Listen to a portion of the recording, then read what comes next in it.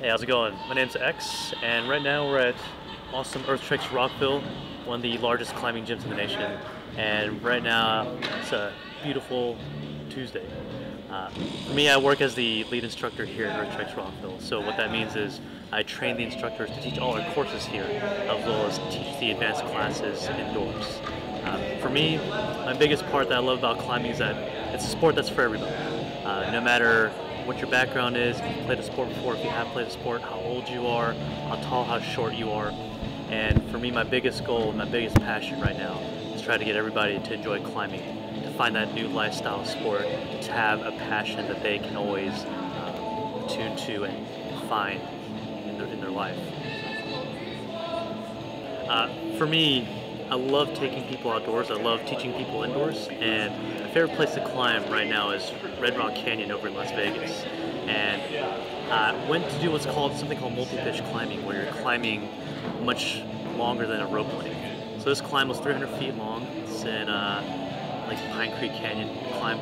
A climb called, what is it, Cookie Monster. And the thing is, it's probably my second time doing multi-pitch climbing. I took one of my friends, and she had never gone before and was kind of nervous. And for me, I thought I studied up on everything. I thought I had a lot of training and practice. But one thing you learn in climbing is learning and reading something or practicing climbing in the gym is much different than outdoors.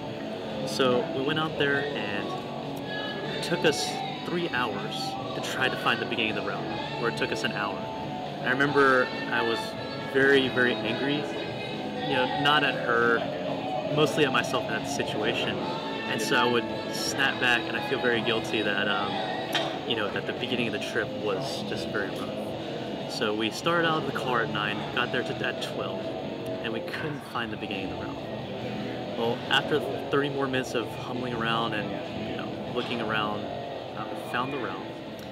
And I was just really stressed out, so I had her be basically my pack mule.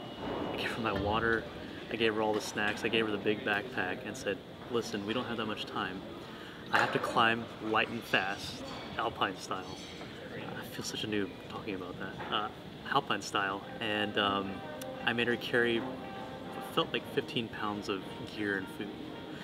Well, every single time we got a different pitch, she would kind of shake, but she wouldn't tell me that she was scared. She was a trooper. She wanted to make sure that I had a lot of fun, because she knew she was doing the trip for me, and she knew that I was really excited about it. Well, on the third pitch, we got on this really huge ledge, and I swore she's gonna kill me. I'm not gonna say her name, but she started crying. And right after she started crying for 5 seconds, she goes, "You better not tell anybody that I cried here. I'm gonna be so embarrassed." And I was already nervous because, again, it was my second time out. I was really stressed out. I wasn't very comfortable placing gear and placing trad pro. And I just started laughing because I wanted to show her that I was scared too, but I didn't want her to get more worried. And throughout the whole time, she gave me a peanut butter sandwich, told me to stop laughing at her, and said, "Let's get down as soon as possible." So we got up to the top of the climb. Everything was great. We ate our last sandwich, got ready to descend. And during the descent, I just completely did not know where to go. And what a normal 1 hour descent looked like, it took us 4 hours. So we're having our headlights trying to descend in the dark.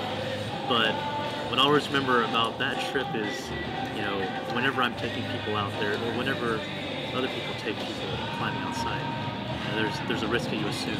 Not only trying to get people to have a lot of fun, but you're always there worrying about their safety too. So definitely for people who are watching this, it's cool to take people outside, but definitely practice and know what you're getting yourself into. But if not, and you don't follow that advice like I did, hopefully it turns into a good story at the end, and you have something great to tell into a camera in the future.